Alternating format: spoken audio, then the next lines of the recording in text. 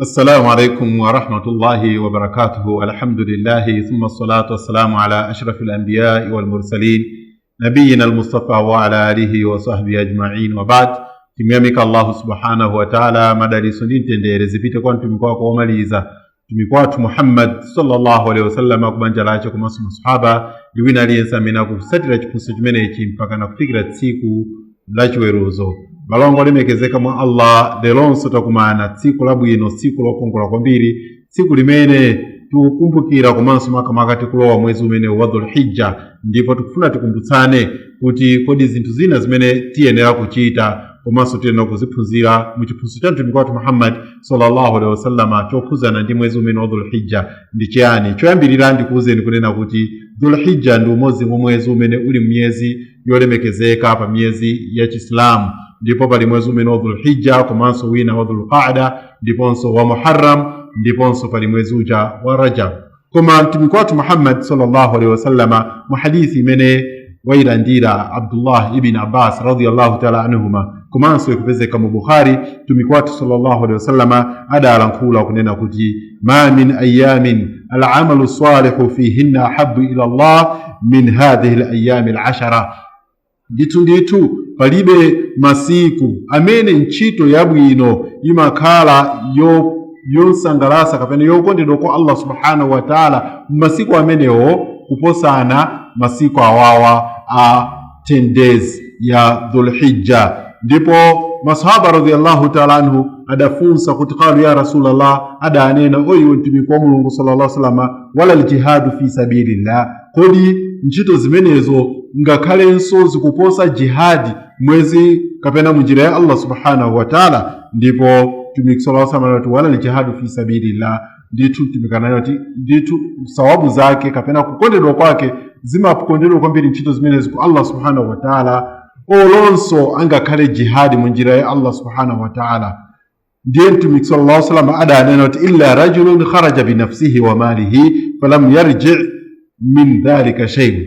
Ndiye akuti kupatulapo tikakambaza jihadi ya muntu amene watuluka ndi thupi lake lonse komanso chuma chake chonse kupita wakamenya nkhondo, kupatulapo ameneyo yekha jihadi yake ngati ili imeneyo ndiyo kuti ntchito zake sizingapose jihadi imeneyi.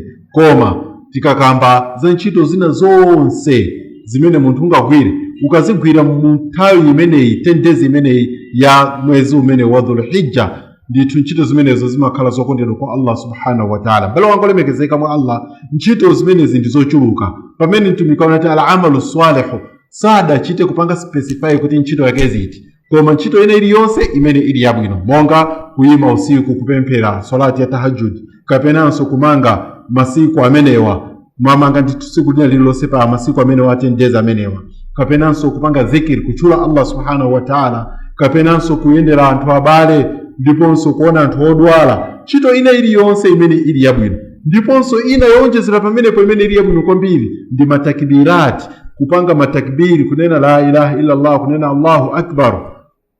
Ndipo matakbira amenewa ali mitundu iwiri. Tundu oyamba omangonena tsiku ndi tsiku nthawi ina iliyonse mutlaq, kunena Allahu akbar la ilaha illa Allah Allahu akbar walillahi alhamd. Ma huwa amenewa kwanena nthawi ina iliyonse, kaya uli kuntchito kaya uli kunsika. Ndipo ali matakbira amene timanena amene ali muqayyad makamaka nthawi za swala, ndipo amenewa amayamba pa fajr ya siku la Arafa kufikira mpakana masiku atashiriki pamene tamaliza masiku atashiriki. Chabwino balongo lemekezeka mwa Allah subhanahu wa ta'ala, pamene pamabweranso nkhani ina yokhuzana ndi bwino wa siku la Arafa. Masahaba komanso makamakanso maulama amafunsana, tineno maulama akufunsana kuti kodi 10 days imeneyi ndi 10 days ya mwezi wa Ramadhani chabwino ndi chiyani kwambiri? Ndipo maulama adanena kuti 10 days iyi masana a 10 days imeneyi ndi abwino kwambiri chifukwa cha kupezeka kwa yaumu Arafa, tsiku la Arafa. Pomwe 10 days ya Ramadhani mausiku wake ndi abwino chifukwa cha kupezeka kwa Lailatul Qadr. Ndiye muone kuti mu Ramadhani ndi usiku, kopomwe mu mwezi wa Dhulhijja ukuyangana za nthawi ya masana. Ndiye kuna mtumiki sallallahu alaihi wasallam adanena kuti ntchito yomwe ingachitike masana a tsiku limeneli. Chabwino mtumiki sallallahu alaihi wasallam adanena zakufunikira kwa kumanga musiku la yaumu Arafa, ndipo adanena kuti siyamu yaumi Arafa ahtasibu ala Allah an yukaffira as-sanatu allati qablahu was-sanatu allati ba'dahu.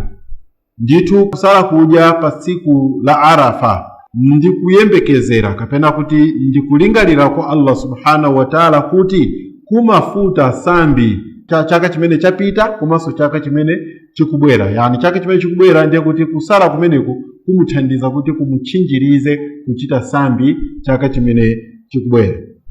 So pano munthu amene akufuna kuti azinge mwezi umenewu wa Dhul-Hijja pochita nsembe, choyambirira amene wayika niya imeneyi aonetsetse kuti sakuchosa kapena sakumeta kapena kuwenga zikhadabo zake. Imeneyi ndi sunna ya Mtume Muhammad sallallahu alaihi wasallam. Hadithi ya Salama radhiyallahu ta'ala anha akunena kuti Mtume Muhammad sallallahu alaihi wasallam adanena kuti idha dakhala al-ashru, nditu ikalowa 10 days ya Dhul-Hijja, fa arada ahadukum an yudhhiya, ndipo mmodzi mwa inu wafuna kuti azinge apereke nsembe, fala yamussa min sha'rihi wala min basharihi shay'an, asakhuze china chilichonse mu tsitsi lake kapenanso thupi lake china chilichonse. Yani asawenge zikhadabo kapenanso kuchosa tsitsi la thupi limene iye ali nalo.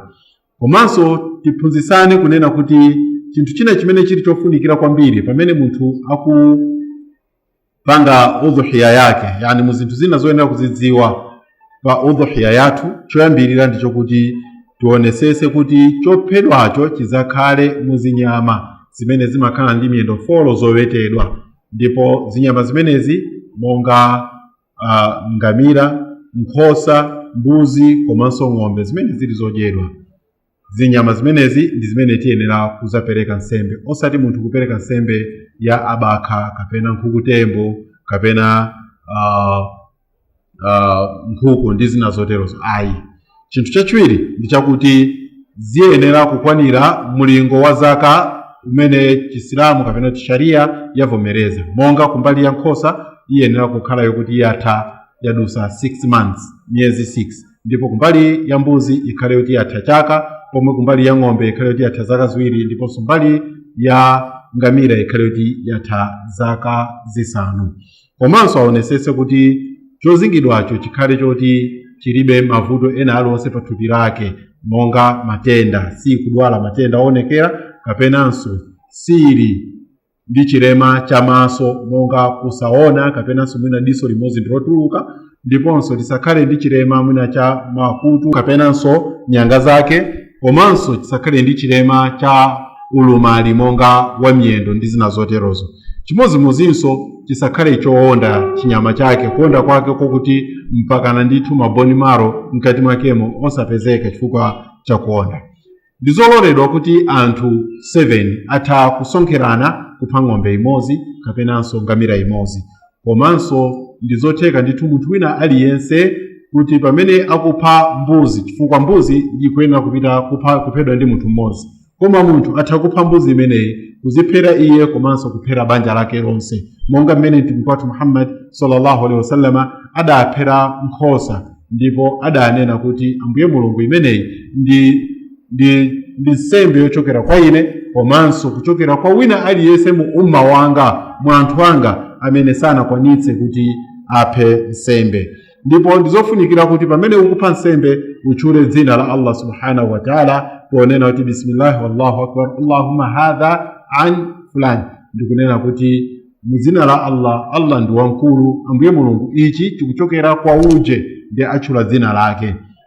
Ngati sungathe kupha wekha, wamuza wina kuti akuphere, iwe uyenera kukhalapo pamalopo, ndipo uyenera kusoma dua iyi, inna salati wa nusuki wa mahyaya wa mamati lillahi rabbil alamin la sharika lahu wa bidhalika umirtu wa ana awwalul muslimin.